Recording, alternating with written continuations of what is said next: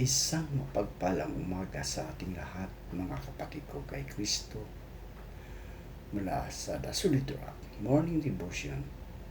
Isang kagalakan na muli tayo ay makapagbulay-bulay sa umagang ito. Mga ilang minutong pagbubulay-bulay ng mga salita ng Panginoon upang papurihan at sambahin ang ating Panginoong Hesukristo.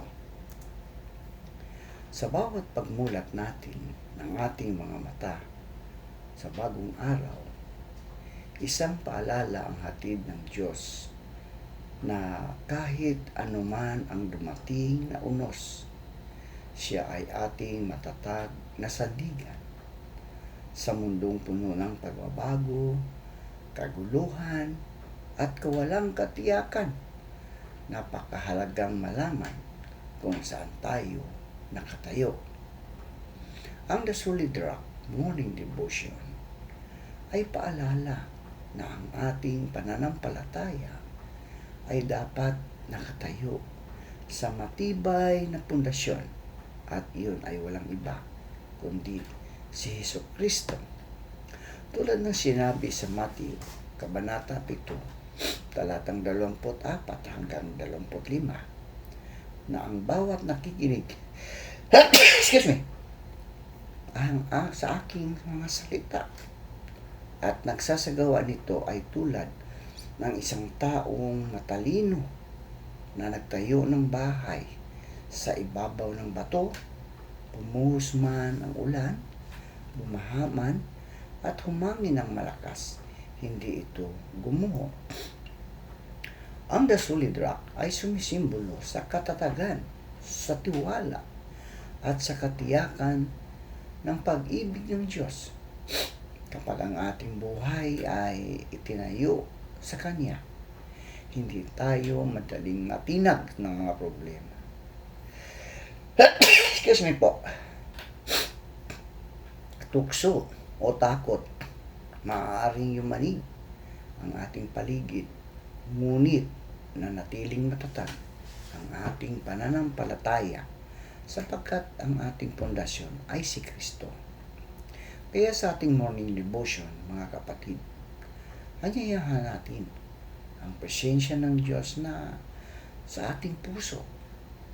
Tayo ay magpasalamat sa Kanya na siya ang ating matibay na bato, ang ating kanlungan, ang ating lakas at pag-asa sa bawat araw ng ating buhay. Ang ating pong pagninilayan ngayong umaga, mga kapatid ko kay Kristo, ay matatagpuan sa Matthew Kabanata 13, talatang 1 hanggang 9, tapos 18 hanggang 23. Ito ang sinasabi. Nang araw ring iyon, lumabas ng bahay si Jesus at umupo sa tabi ng lawa. Pinalibutan siya ng napakaraming tao, kaya pumunta siya sa isang bangka. Doon siya umupo habang ang buong karamihan naman ay nakatayo sa tabing lawa. Maraming bagay ang sinabi niya sa kanila sa pamagitan ng mga talinghaga. Sinabi niya, narito, lumabas ang isang manghahasik upang maghasik. Sa kanyang paghahasik, may ilang binhing nahulog sa tabing daan. Dumating ang mga ibon at kinain ang mga ito. Ang ilan naman ay nahulog sa mga mabatong lugar, at doon ay walang sapat na lupa. Tumubo agad ang mga ito. Palibhasay, hindi malalim ang lupa. Pagsikat ng araw, nalanta at ang mga ito. At dahil sa walang ugat, tuluyan ng nanuyot. Ang ilan naman ay nahulog sa dawagan. Lumago ang mga dawag at siniksik ang mga ito. Ngunit ang ilan ay nahulog sa matabang lupa at nagbunga. Ang ilan ay nagbunga ng tig-100, Ang ilan ay nagtig-6 na po at ang ilan naman ay tig-30. Ang mga may pandinig ay makinig. Makinig kayo at unawain ang kahulugan ng talinghaga tungkol sa paghahasik. Kapag ang isang tao ay nakikinig ng mensahe tungkol sa paghahari ng Diyos, ngunit hindi naman niya iyon inuunawa, siya ay tulad ng binhing nalaglag sa daan. Dumarating ang masama at agad inalis sa kanyang isip ang mensaheng kanyang napakinggan. Ang katulad naman ng binhing nalaglag sa mabatong lupa ay ang taong nakikinig ng mensahe na kaagad at masayang tumanggap nito. Ngunit hindi tumitimo ang mensahe sa kanyang puso.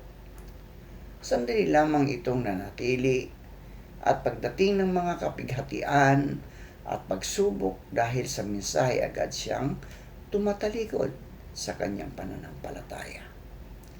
Ang binhi namang nahulog sa may matinik na halaman ay ang mga taong nakikinig ng mensahe, ngunit dahil sa pagkabalisa sa maraming mga bagay at pagkahumaling sa kayamanan, nawawala ng puwang sa kanilang puso ang mensahe at hindi ito nagkakaroon ng bunga. At ang katulad naman ng binhing nasik sa matabang lupa ay ang mga taong dumirinig at umuunawang mabuti sa mensahe.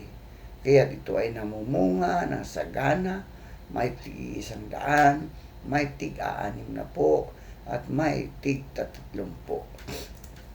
Pinagpala na po tayo sa pagkabasa at pagkarinig ng kanyang mga salita. Samahan ninyo ako sa pananalangin, mga kapatid. Aming mapagmahal at dakilang Diyos na Ama sa langit, lumalapit kami sa iyong banal na presensya na may pusong puno ng pasasalamat at papuri. Salamat po sa panibagong araw na iyong ipinagkaloob at sa pagkakataong kami ay muling makapagtipon upang sumamba, makinig sa iyong salita at palalimin ang aming pananampalataya. Panginoon, inanyayahan ka naming manguna sa aming pagtitipon, sa aming pagninilay. Puspusin mo kami ng iyong banal na espiritu upang maging bukas ang aming isipan sa iyong katotohanan at maging handa ang aming puso na tanggapin at isabuhay ang iyong mga aral. Alisin mo ang anumang pag-aalala, pagod o alinlangan na aming dinadala. Palitan mo ang mga ito ng iyong kapayapaan, kagalakan at bagong lakas. Naway sa bawat awit, panalangin at pagninilay sa iyong salita ay maranasan namin ang iyong presensya at pagmamahal. Idinadalangin din namin ang bawat narito at ang kanilang mga pamilya. Ingatan mo kami, pagkalooban ng mabuting kalusugan at patuloy na gabayan sa aming mga gawain. Pagpalain mo rin ang iyong lingkod na magbabahagi ng iyong salita.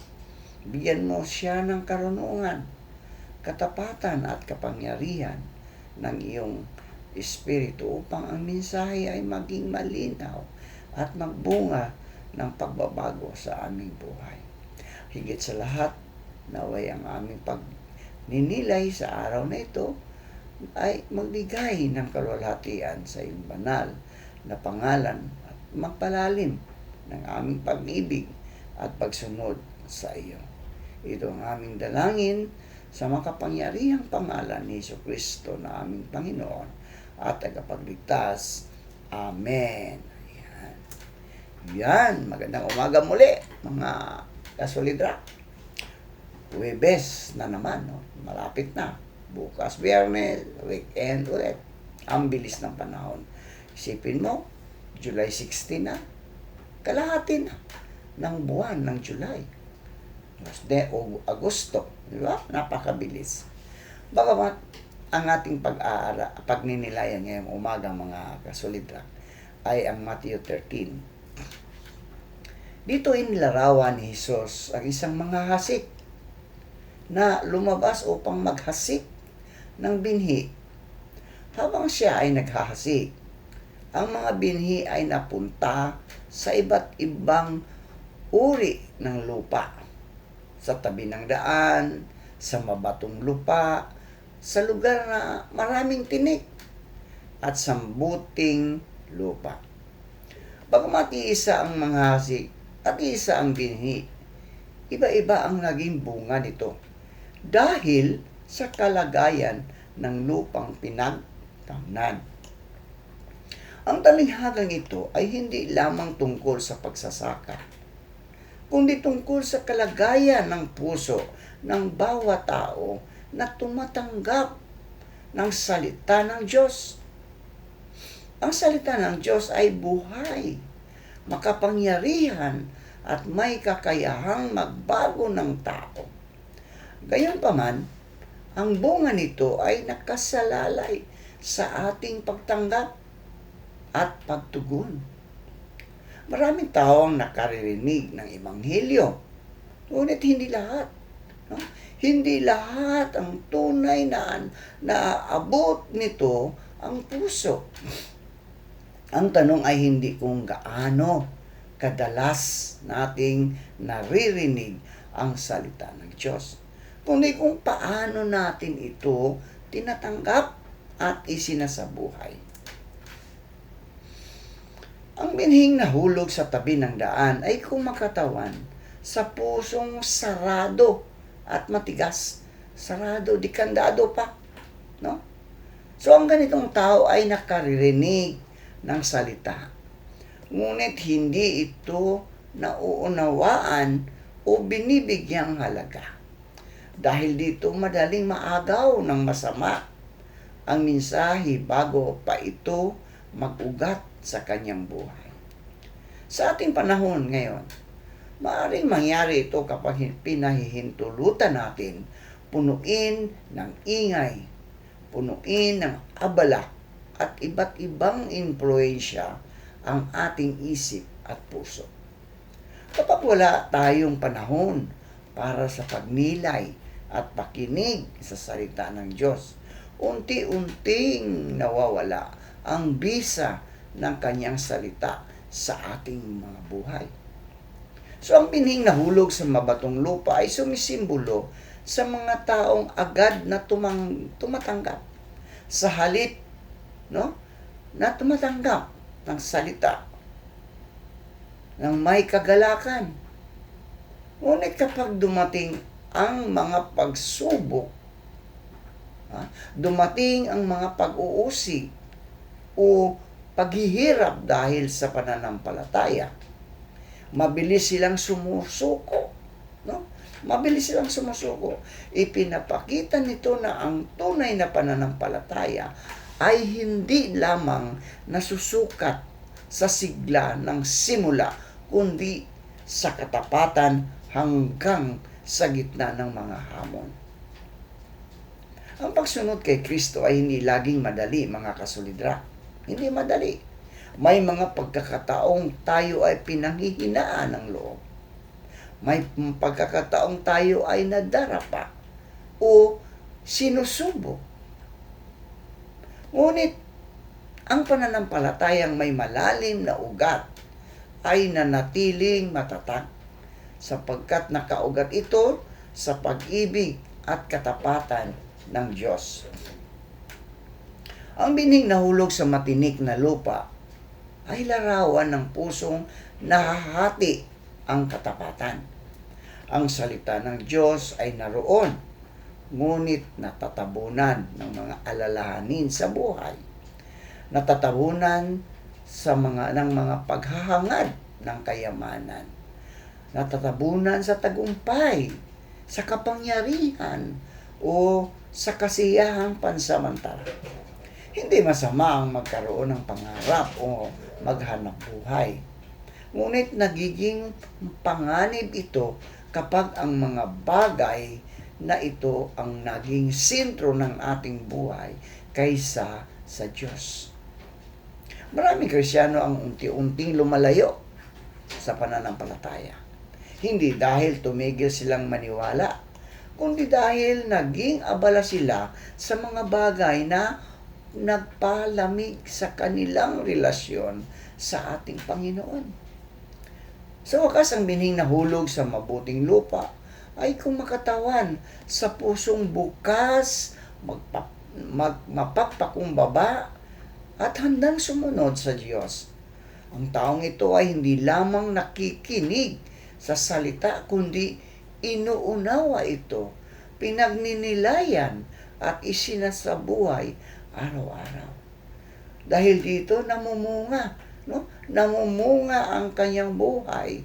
May 30, may 60 at may 100 ulit. Ang bunga ay makikita sa pagbabago ng ugali, pagmamahal sa kapwa, katapatan sa Diyos, pagpapatawad, paglilingkod at pagbabahagi ng mabuting balita. Mahalagang mapansin na ang manghahasik ay hindi namimili ng lugar na paghahasikan.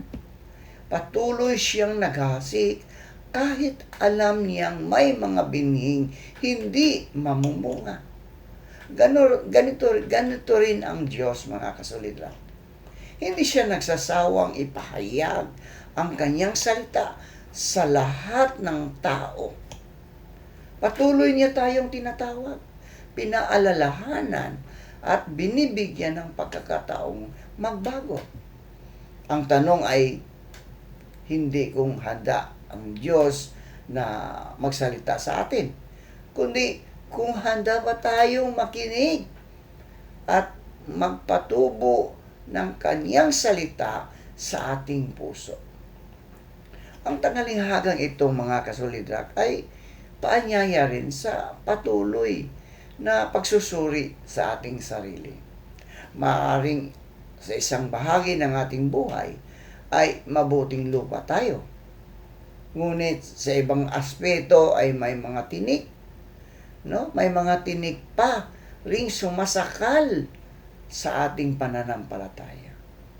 Maaring minsan ay matatag tayo, ngunit sa panahon ng pagsubok ay nagiging mabatong lupa. So ang mabuting balita ay ang kakayahan ng Diyos na baguhin ang ating puso. Tulad ng isang magsasakang naghahanda ng lupa bago siya magtanim.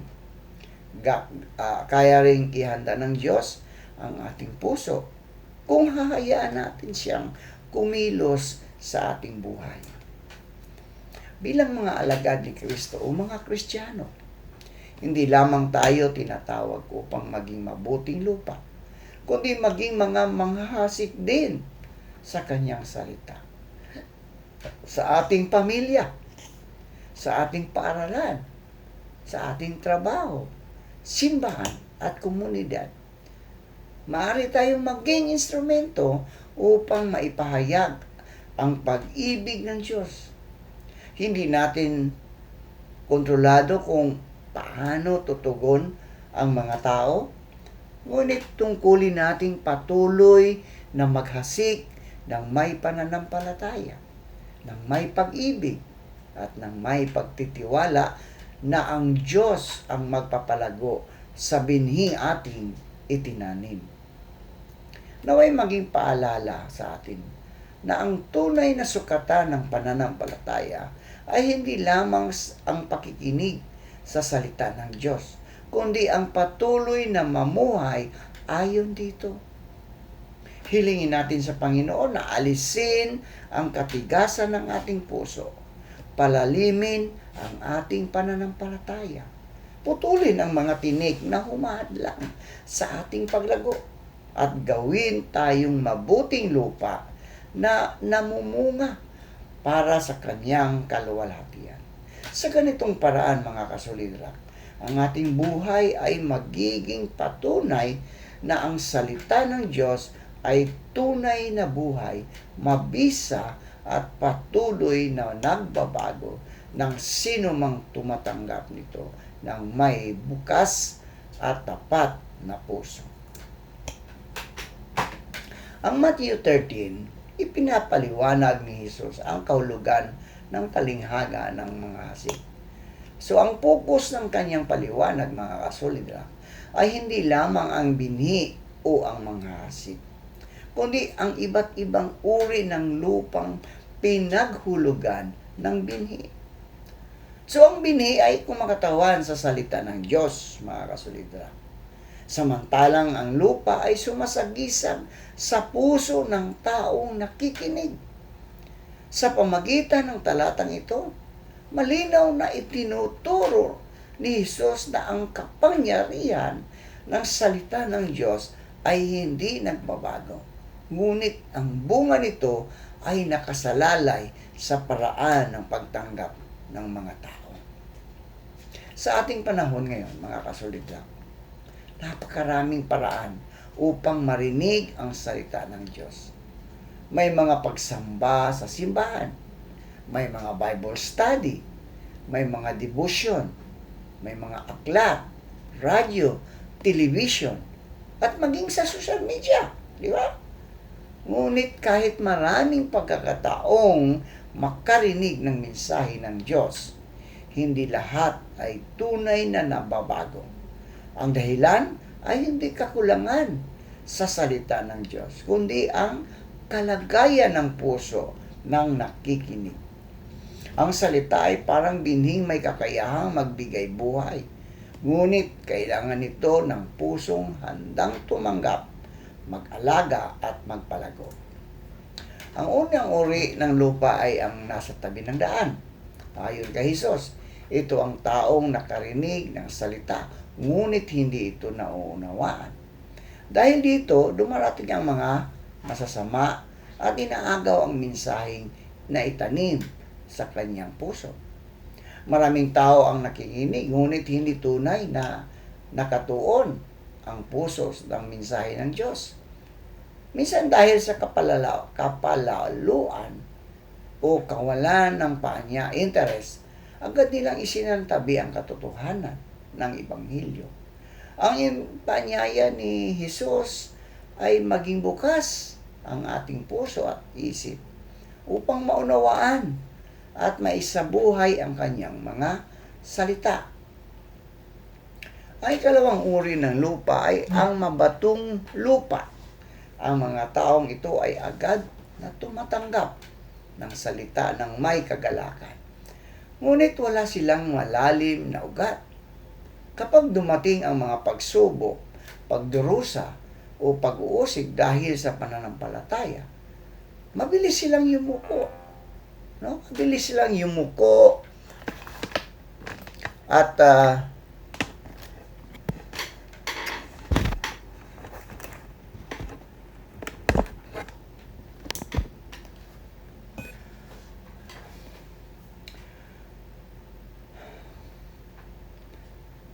ipinakita nito na ang pananampalataya ay hindi dapat nakabatay lamang sa damdamin. So ang tunay na pananampalataya ay lumalalim sa pamagitan ng panalangin, sa pamagitan ng pag-aaral ng salita ng Diyos, pagsunod at pagtitiwala sa Kanya kahit mahirap ang sitwasyon. Ang mga pagsubok ay hindi tanda ng pagtalikod ng Diyos. Kadalasan, ito ay ang paraan niya upang patatagin ang ating pananampalataya. Ang ikatlong uri ng lupa ay ang matinik na lupa. Ang mga tinik ay sumisimbolo sa mga alalahanin sa buhay at sa daya ng kayamanan. Maraming tao ang nagsisimulang mabuti sa kanilang pananampalataya. Ngunit habang tumatagal ay unti-unti silang nalulunod sa paghahangad ng tagumpay, kasikatan, material na bagay, at mga pansamantalang kasiyahan. Hindi masama ang magtrabaho, mga kasolidrak. Hindi masama ang mag-ipon o magkaroon ng pangarap. Ngunit kapag ang mga ito ang naging sentro ng ating buhay at napalitan ang Diyos sa ating puso, nasasakal ang ating espiritual na paglago. Ang puso ay hindi maaaring paghariang sabay ng Diyos at ng makamundong pagnanasa. Hindi pwede sabay. Kailangang piliin araw-araw kung sino ang ating uunahin. Ang ikaapat na uri na lupa ay ang mabuting lupa, mga kasolidrak. Mabuting lupa. Ito ang taong nakikinig, nakauunawa, at isinasabuhay ang salita ng Diyos. Ang resulta ay isang buhay na namumunga. 30, 60, at 100 ulit. Ang pamunga ay hindi lamang tungkol sa dami ng nagagawa para sa Diyos, kundi sa kalidad ng buhay na nagpapakita ng bunga ng Espiritu. At tulad ng pag-ibig, kagalakan, kapayapaan, pagtitiis, kabutihan, katapatan, kaamuan, at pagpipigil sa sarili. Ang taong may mabuting puso ay nagiging pagpapala sa kanyang pamilya, sa kanyang iglesia, sa kanyang komunidad, at maging sa mga taong hindi pa nakakilala kay Kristo. Mahalagang tandaan na ang uri ng lupa ay hindi permanente, mga kasolidrak. Hindi permanente. Ang pusong dating matigas ay maaring lumambot sa pamagitan ng biyaya ng Diyos. Ang pusong mabato ay maaring magbungkal sa pamagitan ng pagsisisi at patuloy na paglapit sa Panginoon. Ang pusong puno ng tinik ay maaaring malinis kung handa tayong bitawan ang mga bagay na humahadlang sa ating relasyon sa Diyos. Ang Diyos ay patuloy na gumagawa sa ating buhay upang ihanda ang ating puso sa pagtanggap ng kanyang mga salita. Ang talatang ito ay isang paanyaya, mga kasolidrak, na masusing pagsusuri ng ating sarili. Anong uri ng lupa ang aking puso ngayon? Ako ba ay madaling madistract at mawala ng focus sa Diyos? Ako ba ay sumusunod lamang kapag madali ang buhay, ngunit sumusuko kapag dumarating ang mga pagsubok? Ako ba ay labis ng abala sa mga bagay ng mundong ito, kaya wala ng panahon para sa Diyos? O ako ba ay may pusong bukas, mapagpakumbaba at handang magbunga para sa kanyang kaluwalhatian? Bilang mga Kristiyano, mga kasolidrak, tagasunod ni Kristo, hindi sapat ang maging tagapakinig lamang ng salita ng Diyos. Tinatawag tayo ni Jesus, mga kasolidrak, no? Tinatawag tayo na maging tagasunod, na namumuhay ayon sa kanyang kalooban. So ang bawat araw ay pagkakataong hayaang baguhin ng Diyos ang ating mga puso. Sa pamagitan ng panalangin, sa pamagitan ng pagninilay sa kasulatan, sa pamagitan ng pagsamba at tapat na pagsunod, unti-unti tayong nagiging mabuting lupa na handang tumanggap at magpalago ng bini ng kanyang salita. Naway maging panalangin natin na linisin ng Panginoon ang ating mga puso mula sa katigasan, no? Mula sa kababawan, at mula sa tinik ng makamundong pagnanasa. Hilingin nating pagkalooban niya tayo ng pusong mapagpakumbaba, masunurin at matatag upang ang kanyang salita ay mamunga ng sagana sa ating buhay. Sa ganitong paraan, mga kasolidrak, hindi lamang tayo magiging tagapakinig ng Ebanghelyo, kundi mga buhay na saksi ng pag-ibig, ng biyaya, at kapangyarihan ng Diyos sa mundong ating ginagalawan. Tayo po ay manalangin. Aming mapagmahal at makapangyarihang Diyos, buong puso kami nagpapasalamat sa iyong banal na salita na aming napakinggan at napagnilayan sa umagang ito. Salamat sa iyong walang sawang pagtuturo at sa iyong pagnanais na ang bawat isa sa amin ay lumago sa pananampalataya at mamunga para sa iyong kaluwalhatian. Panginoon, sinuri mo ang aming mga puso sa pamagitan ng talinghaga ng mga hasik.